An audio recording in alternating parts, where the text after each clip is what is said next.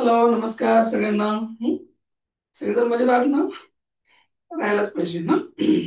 चला, आपला प्रवास कसला आहे? इंग्लिश स्पीकिंगचा, इंग्लिश कम्युनिकेशन. येस, सगळेजण मजेत आहात. मला माहिती आहे आपल्या क्लासच्या वेळेला सगळेजण मजेतच असतात, कारण आपण शिकतोय. हळूहळू हळूहळू पण शिकतोय, आपल्याला कुठलीही घाई नाहीये. Just getting all the concept non, आणि हळूहळू माहीत झालेल्या कन्सेप्टवर कसं आपला प्रकार आपलं कम्युनिकेशन बिल्डअप करायचं, त्याचा आपण जरा विचार करतोय. काल आपण काही कंडिशनल्स बघत होतो, बरोबर ना? इफचं वाक्य कसं म्हणायचं ते मी काल तुम्हाला सांगत होतो. जरा ट्राय करू, त्याला थोडंसं रिव्हिजन करून मग पुढे जाऊया. हं? जर मी टेन्शन मध्ये असलो तर मी कोणाशी बोलत नाही, कसं म्हणणार? चला ट्राय करा. जर मी टेन्शन मध्ये असलो तर मी कोणाशी बोलत नाही. चला फटाफट.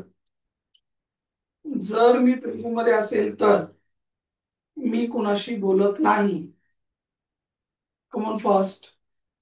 कोण सांगतं मला उत्तर?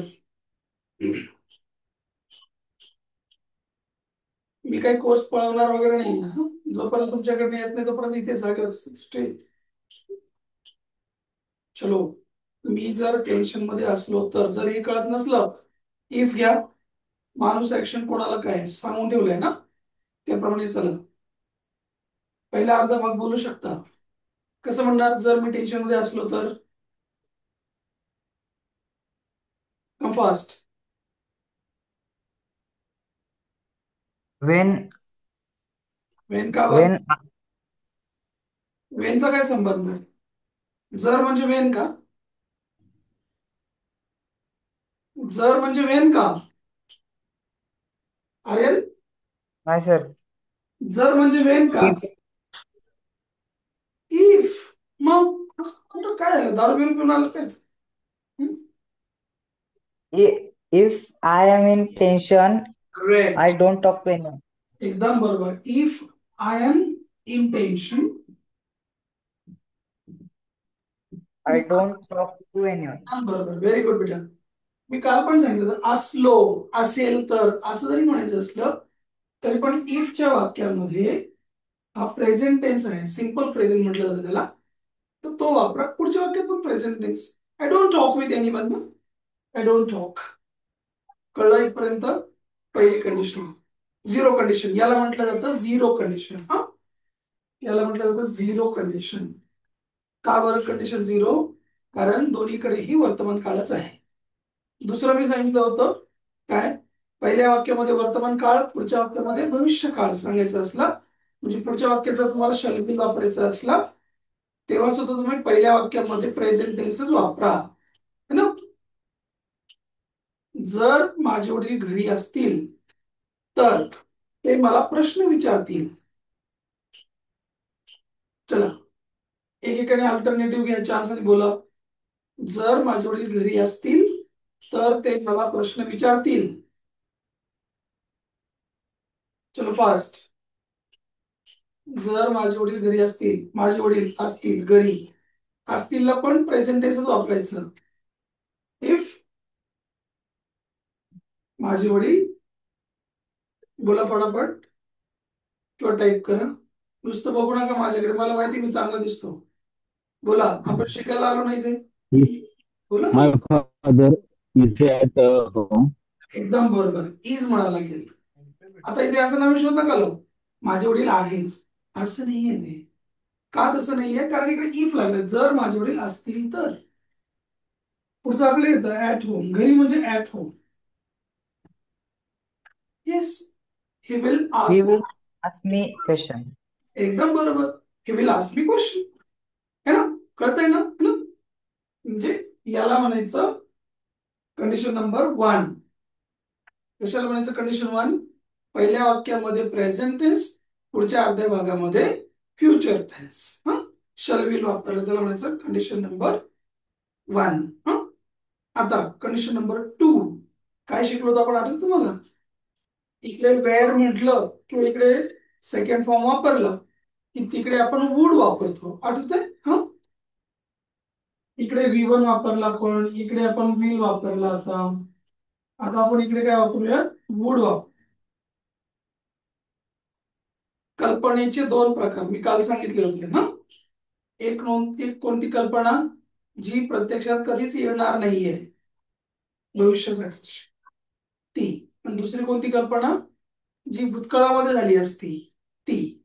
एकीला आपण म्हणतो वुड, एकीला आपण म्हणतो वुड हॅव.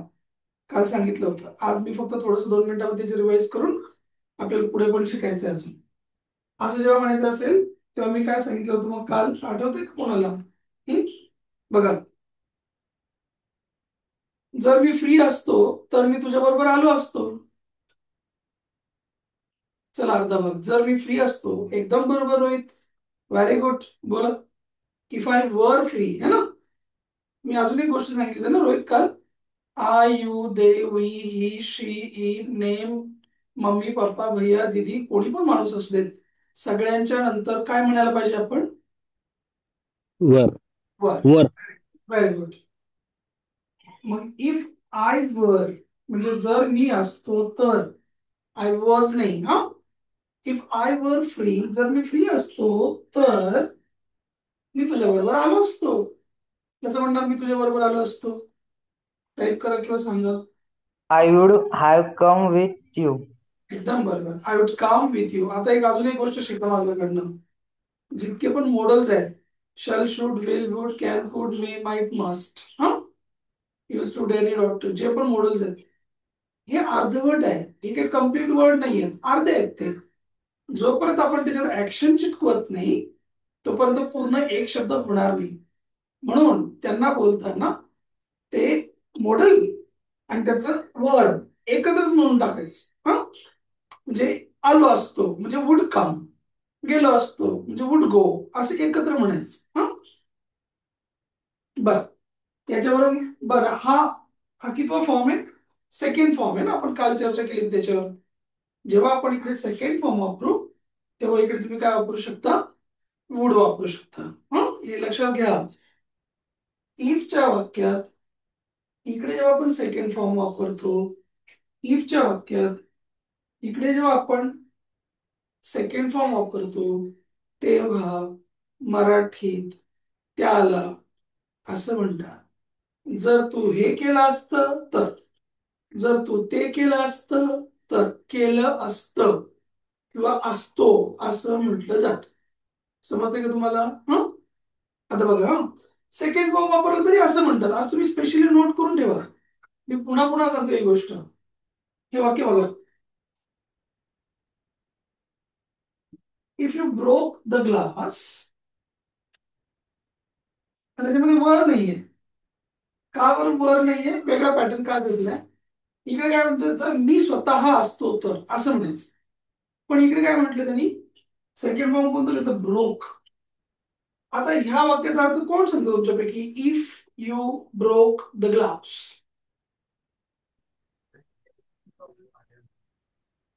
जर तू ग्लास तोडला असता तर. एकदम बरोबर. जर तू ग्लास तोडला असता तर, जर तू ग्लास फोडला असता तर.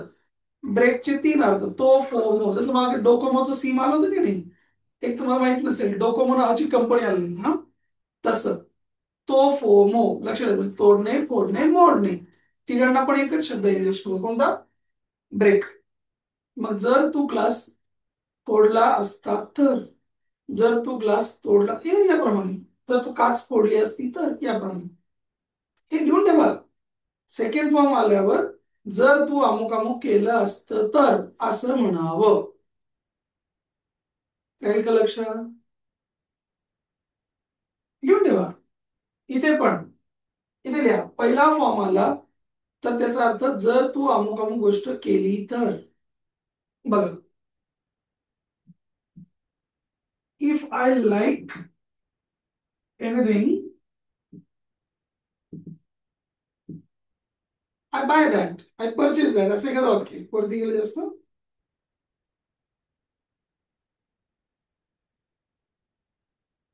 जर एखादं वाक्य कोणतं पण घेतलं, सपोज मी इथे लिहितो, if I like any object anything, याचा अर्थ काय झाला? कोण सांगतं मला? सांगा. If I like any object,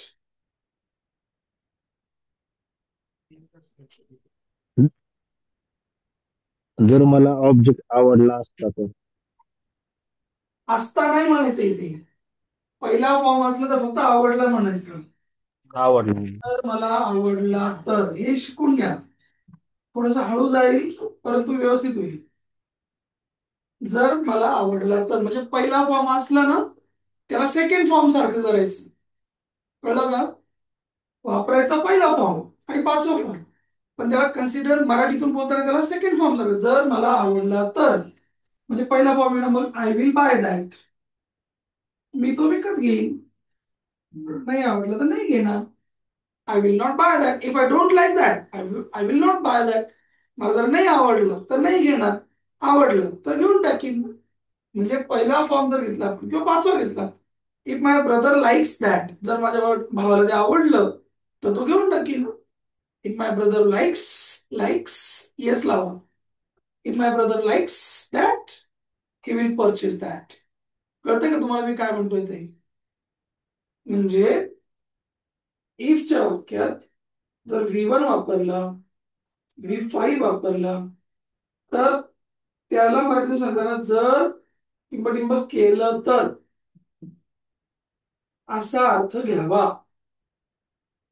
पहिला आणि पाचवा फॉर्म असला तर जर अमुक अमुक केलं तर अमुक अमुक होईल, अमुक अमुक करेल, अमुक अमुक होईल, या असा अर्थ येईल. जर तुम्ही त्याला सेकंड फॉर्म घेतला तर मात्र जर तू असं केलं असतं तर असा अर्थ घ्यावा. हा, नोट करून घ्या. इफच्या वाक्यात जर आपण V2 घेतला किंवा वर घेतला तर जर टिंब असते तर किंवा केले असते तर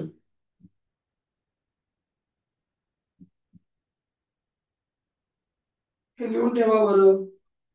आणि लिहून झाल्यावर मला सांगा येस सर फिनिश्ड किंवा नोट केलंय सर सांगा पटापट.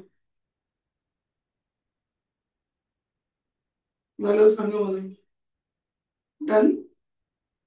Yes. मग आता परत या इकडे. If I like any object याचा अर्थ काय झाला? पहिला फॉर्म आहे ना म्हणजे आवडलं तर. If I like any object जर मला आवडलं तर. इफ आय डोंट लाईक म्हणजे जर मला नाही आवडलं तर, है ना? बरं याचं काय झालं मग सर? हे याचा काय अर्थ झाला? जर तू काच फोडली असती तर, जे सेकंड फॉर्म आला ना, फोडली असती तर असं म्हणायचं. हा, आणि मग या पुढच्या वाक्यात काय येणार? वुड येणार. If you broke the glass जर तू काच फोडली असती, they would punish you. They will नाही म्हणायचं, मग काय म्हणायचं? वुड म्हणायचं. They would kill you, they would punish you. काय पण हा दिसतंय का हे? दिसतंय. They would punish you. हा, म्हणजे इथे सेकंड फॉर्म घेतला तर इकडे काय आलं? वूड आलं. हे कळलं पाहिजे. बघा बरं समजतंय का? सेकंड फॉर्म घेतला तर वूड आलं पाहिजे. हा, ओके. सेकंड फॉर्म आलं तर वूड आलं पाहिजे. पण आपण इथे म्हटलं जर मी अमुक अमुक असतो, सेकंड फॉर्म अमुक अमुक केलं असतं, वूड वापरलं. जर तू अमुक अमुक केलं असतं तर त्यांनी तमुक तमुक केलं असतं. कधी? भविष्यात. वूड म्हणजे भविष्यात केलं असतं परंतु आता ते काही करणार नाही. हा, याचा अर्थ काय झाला? तू काही काच फोडलेली नाहीये त्यामुळे ते काही तुला आता पनिशमेंट करणार नाही. तू काही काळजी करण्याचं कारण नाही. हम्म? आता सेकंड फॉर्मचं अजून एक उदाहरण समजून घ्या म्हणजे तुमचे लक्ष येईल. काल काहींचं कन्फ्युज झालं होतं बघा. याला थोडं पुसतो म्हणजे सरळ वरून मला पण लिहिता येईल, तुम्हालाही कळेल.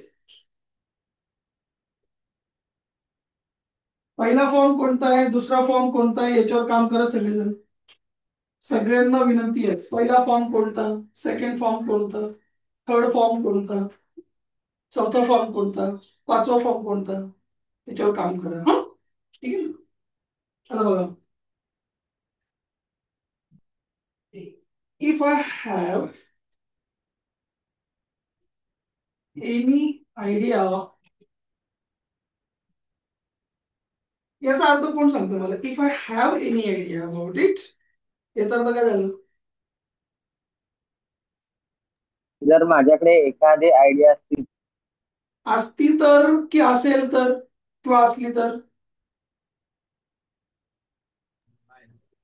असतील तर. असती तर की असली तर? असेल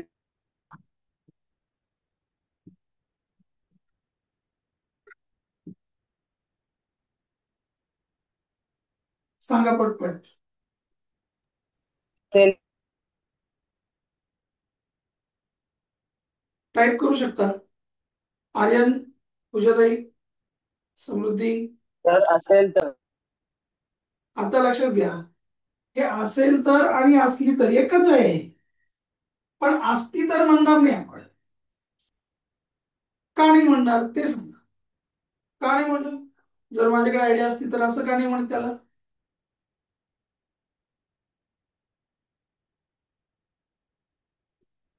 बोला.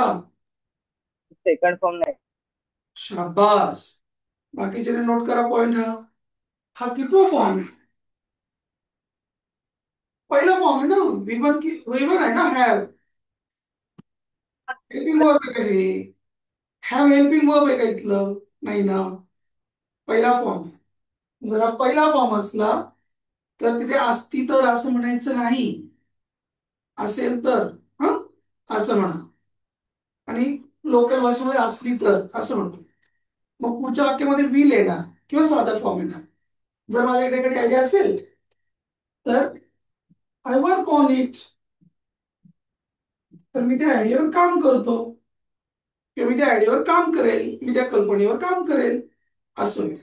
हा हॅवचं पहिला फॉर्म घेतल्यामुळे. आता हे बघा दुसरं वाक्य आणखी. If I had any problem, आता याचा अर्थ सांगा पटकन काय झालं. लवकर लवकर बोला. जितकं लवकर सांगाल तितकं लवकर पुढे जाता येईल. लवकर. If I had any problem याचा अर्थ काय झालं? चला बोला.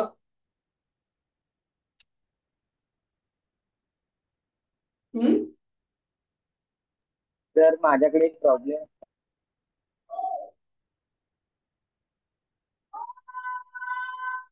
याचे दोन अर्थ. आय हॅडचे दोन अर्थ.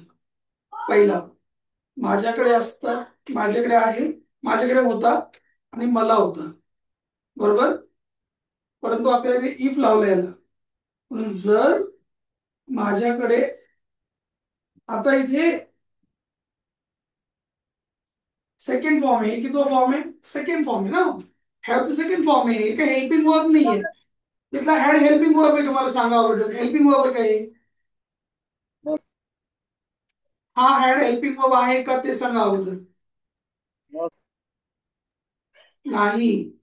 हॅड हो सर. हेल्पिंग असतो जेव्हा त्याच्या शेजारी तिसरा फॉर्म असेल तेव्हा तो हेल्पिंग वर्ब असणार. हा हेल्पिंग वर्ब नाहीये ना. मग हा काय? मेन वर्ब आहे. सेकंड फॉर्म आहे मग हा. मग जर माझ्याकडे अमुक अमुक असता तर, अजून एक अर्थ काय याचा? जर मला अमुक अमुक असतं तर.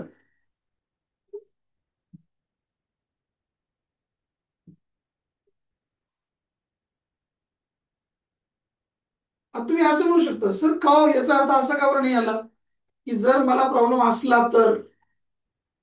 किंवा असं का नाही आलं जर मला प्रॉब्लेम असेल तर? तसं म्हणायचं असं मी पहिला फॉर्म वापरला असतं, हॅव म्हटलं असतं ना मी. पण मी हॅव म्हटलं का?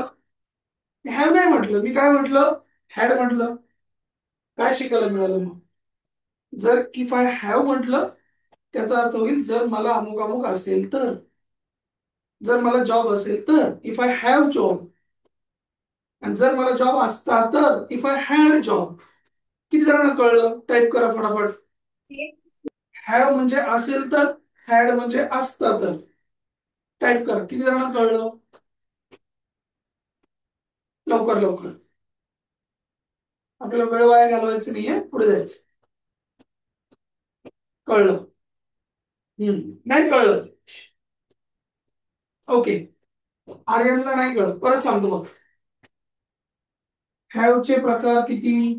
दोन. एक आहे कोण हेल्पिंग वर्ब, एक आहे कोण मेन मेन वर्ब. हा हॅव हेल्पिंग वर्ब आहे, मग याचे किती प्रकार पडले? तीन.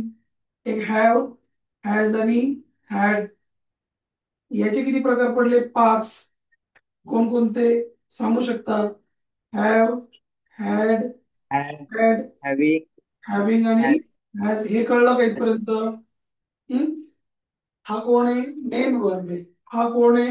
हेल्पिंग वर्ब आहे. सर सारखे दिसतंय, मला कसं काय कळणार हेल्पिंग वर्ब आहे का मेन वर्ब आहे? आता हे पण खूप वेळा सांगून झालंय, जेव्हा यांच्या शेजारी ईडी असलेला शब्द किंवा वर्बचं थर्ड फॉर्म येतं तेव्हा हॅव्हॅझार्ड कोण असतं? हेल्पिंग वर्ब असतो. आणि जेव्हा तो एकटाच येतो किंवा उजव्या बाजूला येतो कोणाच्या तरी, तेव्हा तो मेन वर्ब असतो. मग ह्या वाक्यात चेक कर ना, हॅवच्या शेजारी आणखी एक वर्ब आलाय का? नाही आलं. आय हॅव म्हणजे एकटा झाला हॅव, म्हणजे तो मेन वर्ब आहे. मग जर मेन वर्ब आहे तो कितवा फॉर्म आहे ना? हॅव कितवा फॉर्म आहे? पहिला फॉर्म आहे. बोला. हा इथे येतो. मग पहिला फॉर्म असेल तर त्याला असं म्हणावं, इफ आय हॅव जर माझ्याकडे असेल तर, इफ यू हॅव जर तुझ्याकडे असेल तर, इफ माय ब्रदर हॅज जर माझ्या भावाकडे असेल तर. कळतंय का हे? हो सर. इफ यू हो डोंट हॅव सर. जर तुझ्याकडे नसेल तर, if your brother doesn't have जर तुझ्या भावाकडे नसेल तर, असा अर्थ होईल त्याचा. हा, आणि इकडे हा हॅड कितवा फॉर्म आहे? सेकंड फॉर्म आहे. हा पण मेन वर्ब आहे. सर कशावरून मेन वर्ब आहे? याच्या उजव्या बाजूला आहे का action? I had gone, you had seated, असं काय आहे का? नाहीये. ऍक्शन नाहीये, म्हणजे हा कितवा फॉर्म झाला? सेकंड फॉर्म झाला. कळतंय?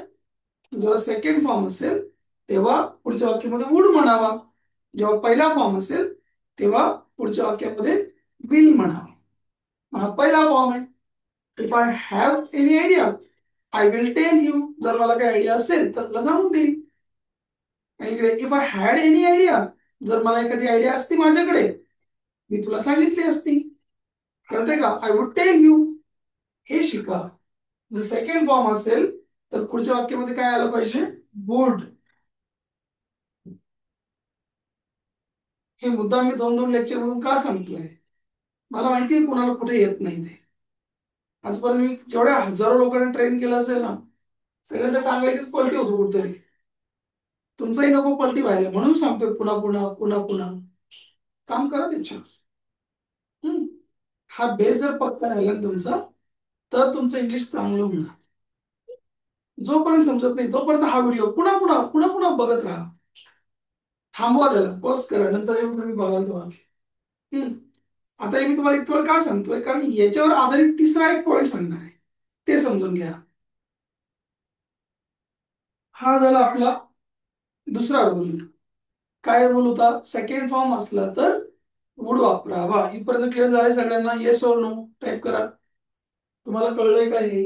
व्ही टू असेल तर वुड वापरावा. कळलंय का मला सांगा पटापट. व्ही टू असेल तर वुड वापरावा. चला पटापट सांगा, कळलंय की नाही कळलंय मला बघू दे. येस कळलंय. अजून? कळलंय. अजून? चला फास्ट. लवकर लवकर सांगितलं मला पुढे जाता येईल ना लवकर लवकर. नुसतं बघत जाऊ नका रे. हा, कळलंय. आता फक्त शेवटचा एक पॉईंट समजून घ्या, म्हणजे याचं पारायण संपलं. नियम काय म्हणतो? येस येस कळलंय. नियम काय म्हणतो? पहिला फॉर्म असला विल वापरा, दुसरा फॉर्म असला वुड वापरा. हा, परंतु जर पहिल्याच वाक्यामध्ये जर तिसरा फॉर्म असला, पहिल्या वाक्यात तिसरा फॉर्म असला, तर मात्र तिकडे वुड हॅव वापरा. क्लिअर करून घ्या. Rule number 3, if I had called you. आता बघा बरं, समजतंय का? आता इथला हॅड मेन वर्ब आहे की हेल्पिंग वर्ब आहे मला सांगा. पटपट सांगा, लवकर लवकर.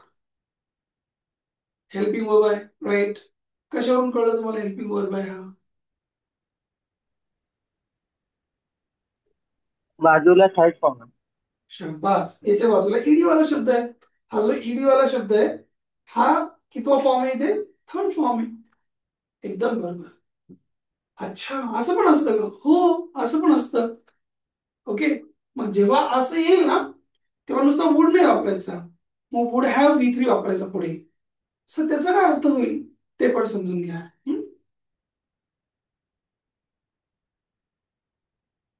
सर एवढ्याचा अर्थ काय झाला हो? एवढ्याचा जो सेकंड फॉर्म घेतल्यावर अर्थ होईल तोच याचा पण अर्थ होईल, तिथे काय काळजी करायचं नाही. फक्त एंड पॉइंट जो आहे ना, वुड म्हटलं तर भविष्याकडे, वुड हॅव म्हटलं तर भूतकाळाकडे. मी मागे पण सांगितलं होतं हे. आता बघा, दोन वाक्य लिहिलं मी ते. पहिलं, इफ यू कॉल्ड मी, आत्ताच सांगितलं मग 5 मिनिटापूर्वी. हा कितवा फॉर्म आहे? Second form. मग आम्ही याला काय म्हटलं असतं? जर तू मला बोलवलं असतं तर. इथपर्यंत समजलं का? हो की नाही? Yes, sir. हम्म.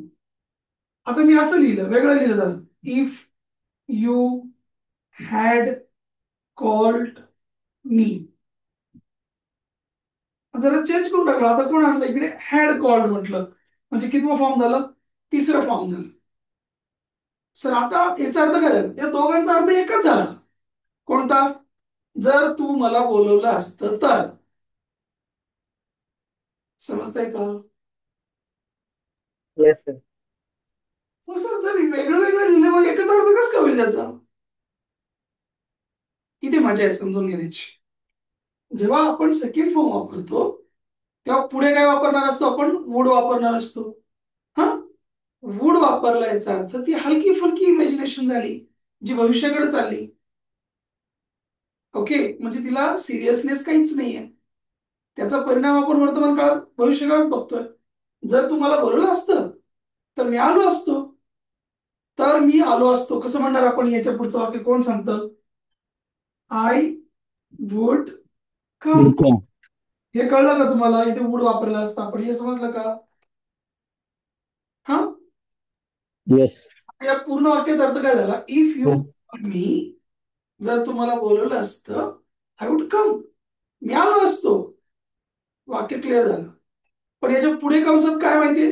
त्याच्या पुढे कंसात परंतु तू मला बोलवलेलं नाहीये म्हणून मी तुझ्या बरोबर येणार नाही.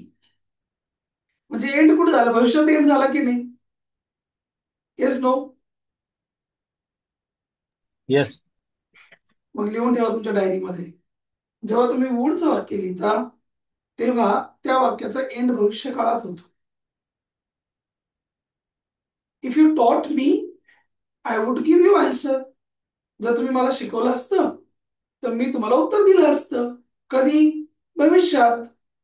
पण तुम्ही मला शिकवलं नाही त्यामुळे मी काही तुम्हाला उत्तर देणार नाही. एंड कुठं झालं? भविष्यात. हे तुम्हाला समजतंय का? येस. बोला बोला बोला बोला बोला. इतकं बारीक सारीक कोणीही सांगणार नाही. ओके, मला वाटतं की तुम्हाला कळावं म्हणून हे सांगतोय पुन्हा पुन्हा पुन्हा. समजून घ्या मित्रांनो. हे जेव्हा एंड भविष्य काळात एंड होईल तेव्हा वुड वापरा. आता इकडे या खाली. If you had called me, वाक्याचा अर्थ तोच. आखे याला वापरला आपण. इफ यू कॉल्ड मी, जर तुम्हाला बोलवलं असतं आय वुड कम, मी आलो असतो. पण आता मी येणार नाही. इथे वाटलं तर मी कंसात घ्या, पण आता मी येणार नाही असं लिहून ठेवा मराठीतून. आय वुड कम, मी आलो असतो पण नाही येणार आता असं लिहून ठेवा म्हणजे तुम्हाला समजेल. आता इकडे या. If you had called me, तुम्हाला बोलवलं असतं तर मी आलो असतो. कधी? भविष्य काळात. हा, म्हणजे आता पण माझं येऊन झालं असतं. 2-4 व्हिजिट होऊन गेले असते आतापर्यंत. त्या अर्थाने मग इकडे आपण वुड नाही वापरत. काय म्हणतो आपण? वुड हॅव म्हणतो.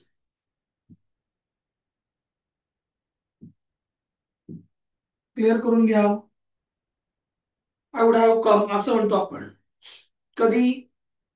इकडे हॅड आणि V3 आला तर पुढच्या वाक्यात वुड हॅव म्हणावं आणि त्याचा एंड भूतकाळात करावा.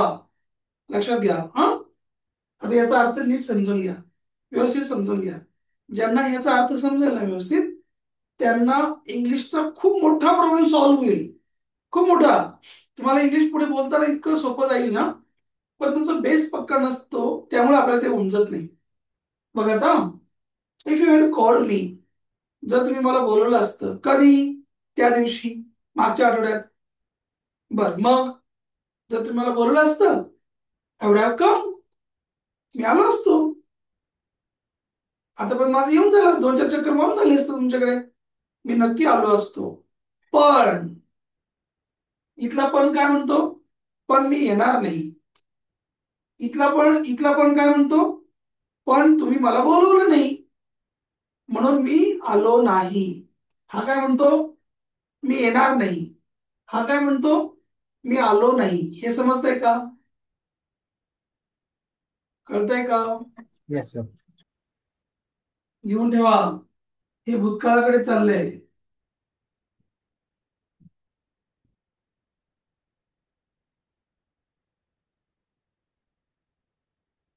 एवढ्या कम, मी आलो असतो, पण तुम्ही मला बोलवलंच नाही, म्हणून मी आलो नाही. इथे लिहून ठेवा, म्हणून मी आलो नाही.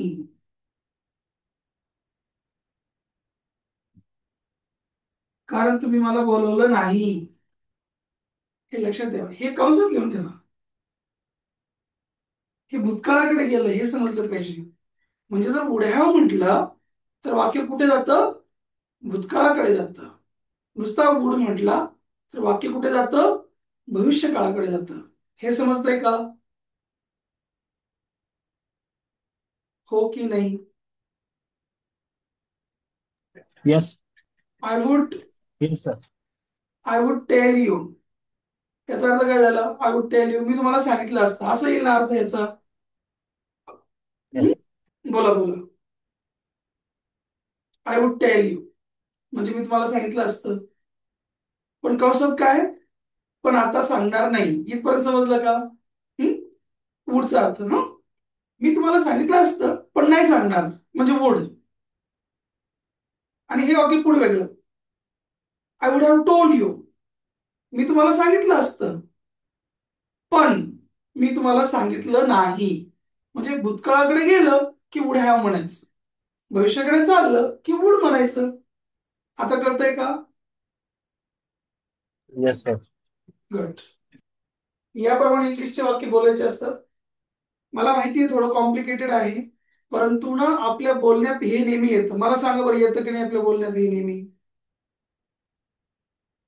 येतं की नाही येत? हा, Yes, आपण फक्त टेन्स पाठ करतो, फक्त नुसते टेन्स पाठ करून येणार आहे का इंग्लिश बोलता आपल्याला? नाही येणार. आपल्याला दररोजचं बोलता आलं पाहिजे ना. आता बघा, हा व्यवस्थित लक्षात घ्या. जर माझ्या वडिलांनी मला सपोर्ट केला असता तर मी डॉक्टर झालो असतो. हा, असं वाक्य आपण म्हणायचंय. त्याच्या पुढे काय आहे कंसात, त्याचा एक मिनिट विचार करा. तर आपलं वाक्य पहिलं काय होतं? जर माझ्या वडिलांनी मला सपोर्ट केला असता तर मी डॉक्टर झालो असतो. कंसात काय? पण माझ्या वडिलांनी मला सपोर्ट केला नाही, म्हणून मी डॉक्टर होऊ शकलो नाही, असं म्हणतो की नाही आपण? yes, yes. Yes. म्हणजे तुम्ही भूतकाळ Condition, sir. सांगितलं की नाही, बीती हुई बात बताई ना. Condition, sir. मग हे सांगताना तुमच्या वाक्यात, पुढच्या वाक्यात पाहिजे वुड हॅव, आणि पहिल्या वाक्यात पाहिजे हॅड बी थ्री. समजतंय का?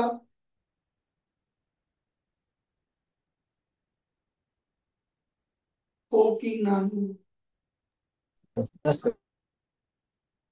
घ्या मग, जर माझ्या वडिलांनी मला सपोर्ट केला असता, हे कसं म्हणणार?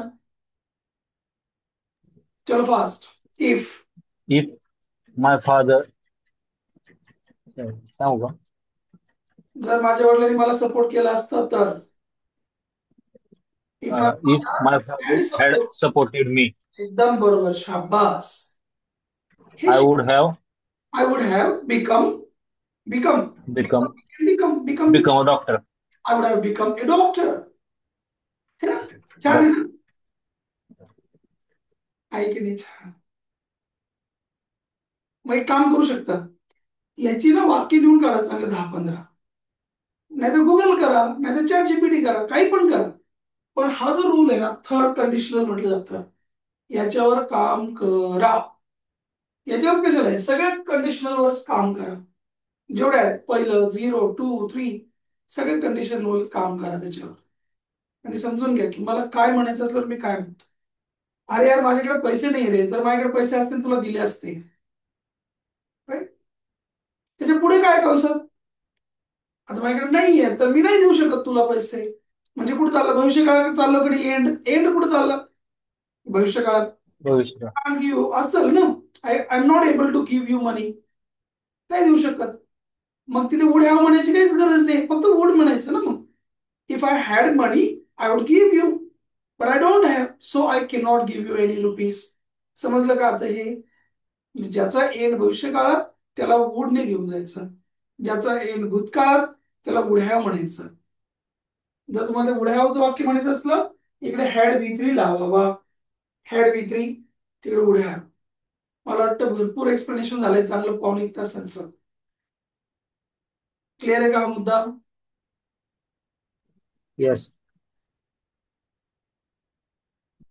Yes. थोडस एखादं लेक्चर जाईल आपल्या इकडे तिकडे, पण जर तुम्हाला हे समजलं ना मित्रांनो, आयुष्यभर तुम्ही विसरणार नाही. इतकं सुंदर आहे हे ज्ञान. आणि आपल्याला शिकवणारी माणसं हे नेमकं सांगत नाही उकलून, एकदम असं उकलून त्याला, ते एकाच मिनिटामध्ये फायनल करून टाकतं, मग आपल्याला काहीच कळत नाही. हं? बघा आपण याचा आणखी एक फ्लेवर बघू, तुम्हाला नक्की फायदा होईल. ज्या कुणाला पण, स्त्री असो पुरुष असो, मेल असो फिमेल, मुलगा असो मुलगी असो, ज्यांना इंग्लिश मधलं वुड आणि वुड हॅव, कुड हॅव हे दोन शब्द वापरता येतात ना, त्यांचं इंग्लिश चांगलं आहे असं म्हटलं जातं. ते आपल्याला कोणी सांगत नाही समजून, म्हणून ते आपण तसं सोडून देतो. हं? बघा व्यवस्थित, दोन्ही गोष्टी परत सांगतोय आता. हा,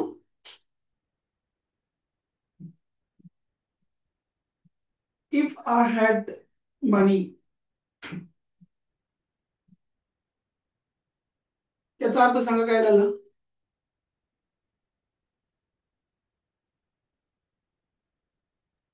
जर माझ्याकडे पैसे असतील तर. एकदम बरोबर. असते तर, हा भूतकाळ झाला ना, सेकंड फॉर्म झाला. जर माझ्याकडे पैसे असते तर, बरोबर, मी तुला दिले असते, मी तुला दिले असते. इकडे वुड वापरणार आपण, I would give money. I would give you, बरोबर. I would give you. आपण वुड का बरं वापरलं, कारण ते विलचं भूतकाळ आहे. इथे सेकंड फॉर्म, इकडे पण विलचा सेकंड फॉर्म. इथपर्यंत समजलं का? हं? येस. हे सेकंड फॉर्म वापरल्यावर इकडे वुड म्हणावा, हे मगाशीपासून क्लिअर केलं. मी तुला दिले असते, हा बरोबर ना. हं? Yes. हं. आता लक्षात घ्या. हं? आता याचप्रमाणे दिसतंय ना क्लिअरली. आपण वुड हॅव म्हटलं तर हे वाक्य भूतकाळात जाईल. If I had money I would have given you.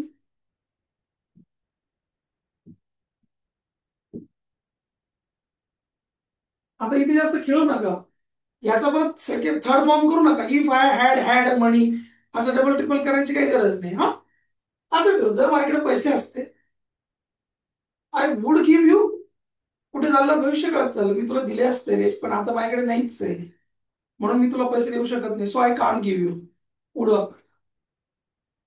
खाली चाललं इकडे, if I had money I would have given you, मी तुला तेव्हा देऊन टाकले असते, पण माझ्याकडे नव्हतेच पैसे, but I did not have, so I could not give you. हे तुम्हाला समजतंय का? हा, इकडे चालू आपण.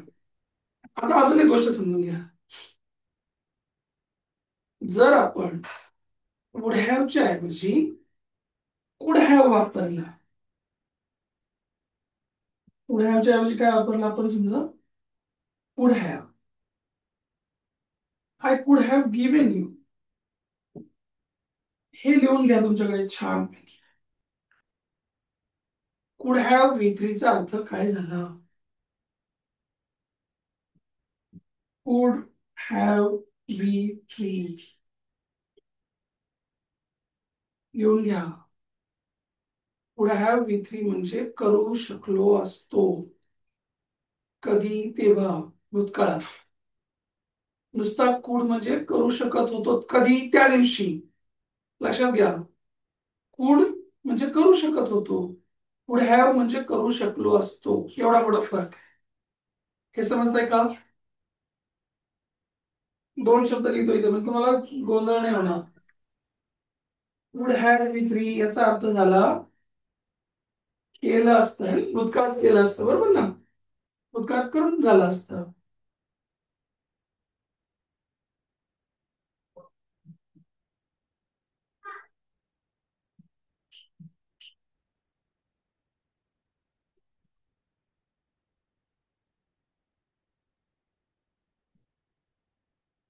इथे ऍक्शन कम्प्लीट झाली की नाही, करून झालं है ना. वुड हॅव म्हणजे करून झालं असतं किंवा मी ती गोष्ट माझ्या आतापर्यंत कम्प्लीट झाली असती. हा त्याचा अर्थ झाला. I would have done this, I would have told you, I would have gone there. जाऊन झालं असतं माझं आतापर्यंत. I would have completed this, माझं कम्प्लीट करून झालं असतं. कधी? मागे, भूतकाळात. हा, लक्षात ठेवा. आणि कुड हॅव काय म्हणतो? मी कम्प्लीट करू शकलो असतो. कधी? भूतकाळात. कम्प्लीट करू शकत होतो नाही, करू शकलो असतो असं म्हणतो की नाही आपण? मला सांगा बऱ्याच वेळेला. बोला. तुमच्याकडे तुम्ही येस म्हणता, अरे यार मी पण काहीतरी करू शकलो असतो आयुष्यात, असं म्हणता की नाही तुम्ही? हो. करू शकलो असतो. हे काय? केलं असतं म्हणजे डायरेक्ट ऍक्शनच झाली असती. ही ऍक्शन नाहीये, फक्त शक्यता आहे तिची. I could call you. तसं केलेलं नसतं ना, हा, हे केलं नसतं, फक्त करू भूतकाळात शकलो केलेलं असतं. नसतं. हा, ही फक्त पॉसिबिलिटी. आणि हे मात्र करून झालं असतं. वुड म्हणजे परफेक्ट करून टाकलं असतं, आणि कुड म्हणजे करू शकत होतो मी, त्या गोष्टीचा पास्ट टेन्स करू शकलो असतो. समजतंय का? पण गोष्ट झालेली नसते ना दोन ह्याच्यात, पुढे हॅव आणि पुढे हॅव. पण झालेली नाहीये, दोन्हीमध्ये पण झालेली नाही ही गोष्ट है ना. हा काय म्हणतो? अरे यार मी डॉक्टर बनू शकलो असतो, म्हणजे बनला का तू डॉक्टर? नाही बनला. हा काय म्हणतो? माझं डॉक्टर बनून झाला असतं आतापर्यंत, म्हणजे इथे तरी ती गोष्ट करून झाली असती. इथे वुड मध्ये, वुड हॅव मध्ये ती गोष्ट करून झाली पण असती, म्हणजे संपली पण असते करून, असा अर्थ इथे तरी येतो. पण इथे फक्त माझी शक्यता होती, मी करू शकलो असतो ती गोष्ट. हा फरक आहे. तुमच्या मराठीतून बोलताना तुमच्या बोलण्यात काय येतं त्याच्या फ्लेवरवरून लक्षात ठेवायचं. आपण कधी कधी म्हणतो यार देऊन टाकले असते त्याला पैसे, माझ्याकडे पैसे असते ना त्याला देऊन टाकले असते, असं म्हणतो की नाही आपण? येस. देऊन टाकले असते म्हणतो ना, मग तेव्हा वुड हॅव म्हणायचं. If I had money no, I would have given him. आणि पटकन म्हणजे would have given, would have given, would have given, पटकन म्हणायचं. If I had money I would have given him, I would have, I would have, would have. आणि जर तुम्हाला यार त्याला मदत करू शकलो असतो रे आपण, पण आपण त्याला मदतच नाही केली. अरे वी कुड हॅव हेल्प हिम, म्हणजे काय? आपण त्याला मदत करू शकलो असतो यार. He could have reached on time. काय झालं याचा अर्थ सांगा बरं? He could have reached on time. बोला फटाफट. तो पोचला असता, तो वेळेवर असतं, हा तर प्रॉब्लेम आहे ना. पोहोचला असतं इकडं, पोचू शकला असता. पोहोचू शकला असता इकडे, हा पोहोचला असता डायरेक्ट. कळतंय? हा, हा, काम, पोचू शकला असता. काम करा सगळे नेचर.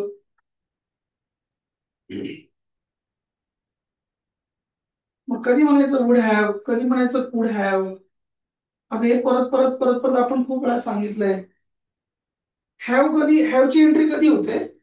जेव्हा तुम्ही जरच्या वाक्यात हॅड आणि वी थ्री घेतात तर. जर आपण if you had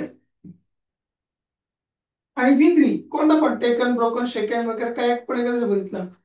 if you had gone early, याचा अर्थ काय झाला सांगा बरं? If you had gone early, तर मी वी थ्री घेतला गॉन. चला सांगा पटापट, याचा अर्थ काय झाला? If you had gone early, बोला. लवकर गेला असता. शाबास. हे कळतंय का आता? हं? समजलं पाहिजे. हा, इफ यू वेंट अर्ली त्याचा पण अर्थ तोच, if you had gone early त्याचाही अर्थ तोच. दोघांचे एंड पॉइंट वेगवेगळे. ठीक आहे. इफ यू वेंट अर्ली पुढे वूड लागणार, you would cover the job, तू जॉब कव्हर केला असता. पण तो भविष्य काळाकडे चालला तो रस्ता, पण तू काही वेळेवर पुढे गेला हवं. काही करू शकणार नाही, तू काही जॉब कम्प्लीट करणार नाही, मला माहिती आहे आता. असा फ्लेवर असेल ते वूड कडे जा.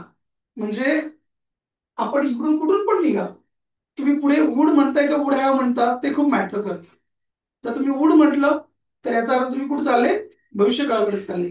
जर तुम्ही वुड हॅव म्हटलं तर तुम्ही कुठे चालले, भूतकाळाकडे चालले. तुम्ही कुड हॅव म्हटलं तरी तुम्ही कुठे चालले, भूतकाळाकडे चालले. हे समजतंय का?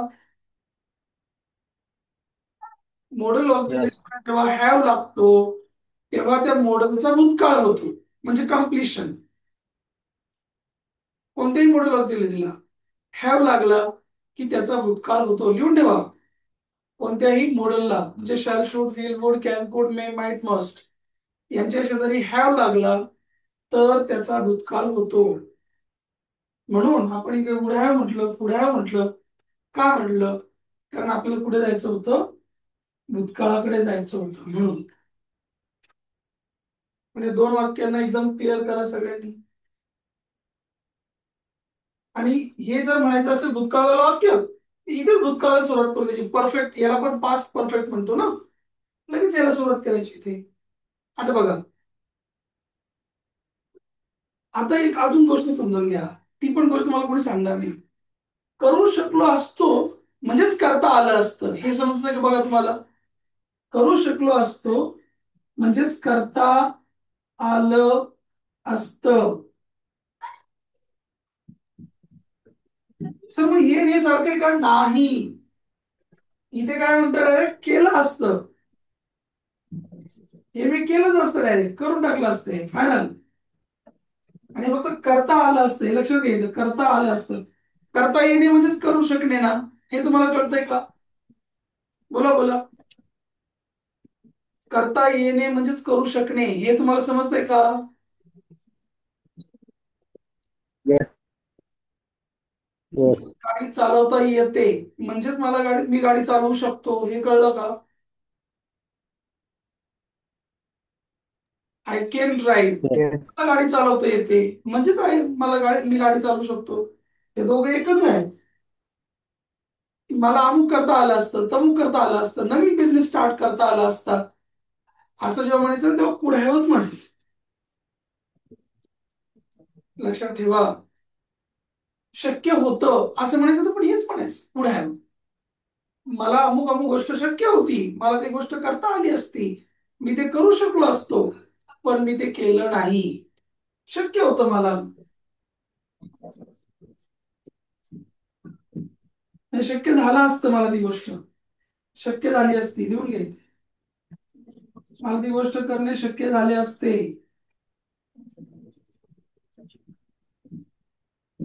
शक्य झाले असते, करू शकलो असतो आणि करता आले असते, एकच आहे.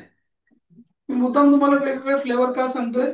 आपण वेगवेगळ्या भागात राहतो, मग ते वेगवेगळ्या भागात ते वाक्य वेगवेगळ्या प्रकारे म्हटलं जातं, मग आपल्याला ते कळत नाही म्हणून सांगतो एवढं. आणि कुड हॅव बऱ्याच लोकांना कळत नाही, डोक्यावरून जातो म्हणून सांगतो. ठीक आहे.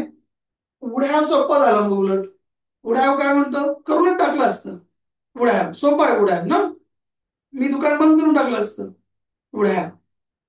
पण मला दुकान बंद करता आलं नसतं, याला नॉट लावायचं, मग I could not have, would not have, कुड नॉट हॅव. अजून त्याचं शॉर्टकट पण एक लिहून घ्या तुमच्याकडे. याचा शॉर्टकट आहे ना, वुड नॉट हॅव म्हणण्यापेक्षा वुडंट हॅव म्हणा. केलं नसतं, याचा शॉर्टकट कसं करणार ऍप्लिकेशन याचं, वुडंट हॅव. करू शकलो नसतो, लिहून घ्या. हा काय म्हणतो, केलं नसतं, मी त्याला डिस्टर्ब केलं नसतं, आय वुडंट हॅव डिस्टर्ब हिम. हा काय म्हणतो, मी ते करू शकलो नसतो, तुम्ही नसतात ना माझ्या बरोबर तर मी ते करू शकलो नसतो.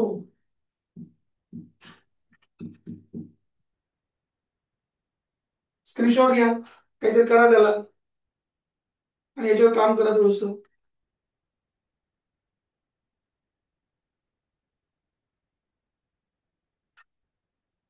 कळतंय का मला सांगा हे? हं?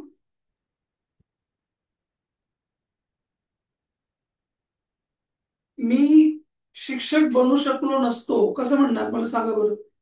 मी शिक्षक बनू शकलो नसतो sir. I could have I could have made a teacher. MT लावला का त्याला कुडला? नसतो म्हणतो ना. हा कुड नॉट. हा couldn't. I could not couldn't have made teacher become. हा, I couldn't have made a teacher. मग कुडंट म्हणा, कुडंट हॅव म्हणा.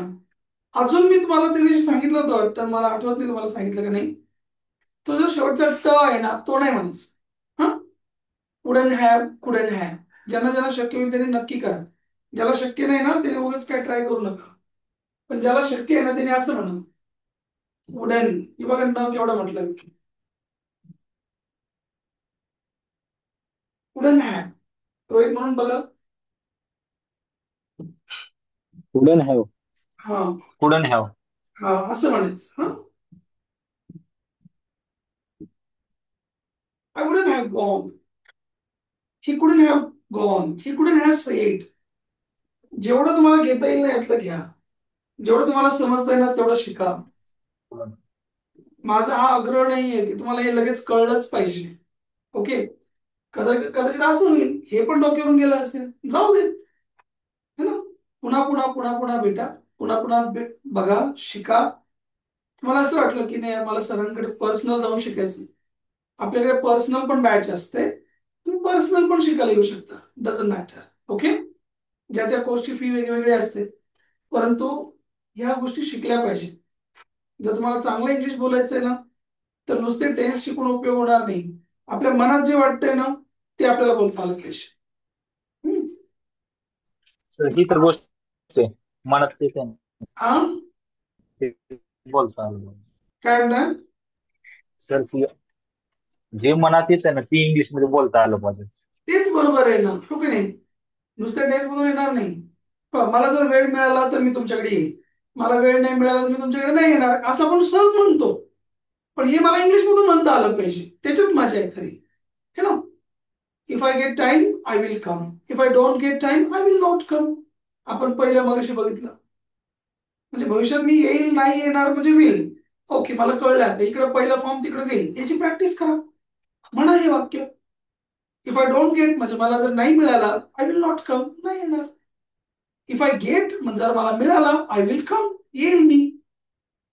जर त्याला समजलं तर तो चिडेल, त्याला नाही समजलं नाही चिडणार. If he knows he will get angry, if he doesn't know he will not get angry. जर त्याला समजलं तर तो क्लास जॉईन करेल. If he understands he will join the class. जर त्याला नाही कळलं, if he doesn't understand he will not join the class. म्हणजे हेच सगळे वाक्य ह्याच फॉर्मॅटमध्ये. मग एक एक फॉर्मॅट घ्या, त्याच्यावर काम करा. त्या फॉर्मॅटवर मी 10-15 वाक्य म्हणून बघतो, त्या फॉर्मॅटवर मी 10-15 वाक्य म्हणून बघतो.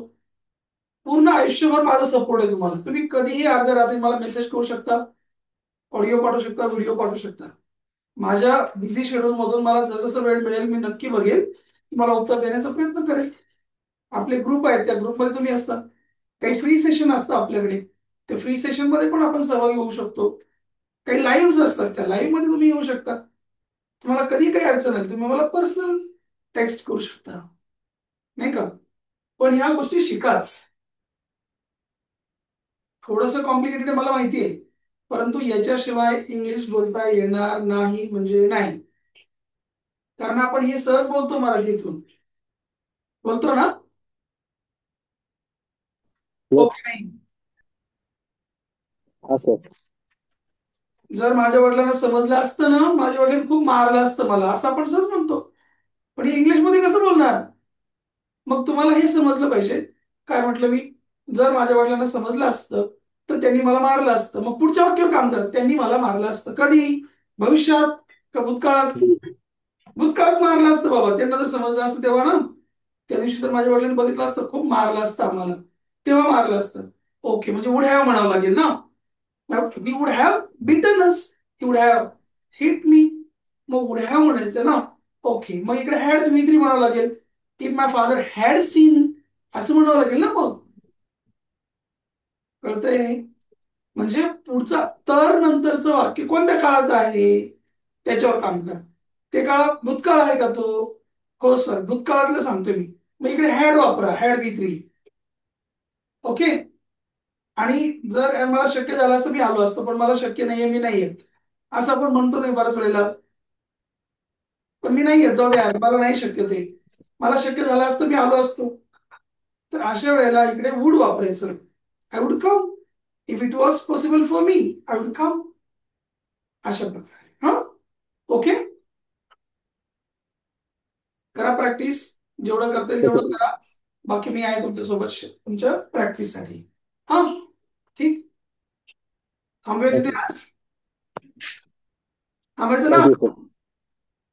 मला माहितीये सर किती वेळ चालू द्या, काय अडचण नाही, आम्ही ऐकायला मस्त येते, बसलो छान. बोर होतं का रे? नाही ना. नाही सर. ठीक आहे, चला शुभरात्री. थांबूया तिथे. बाय.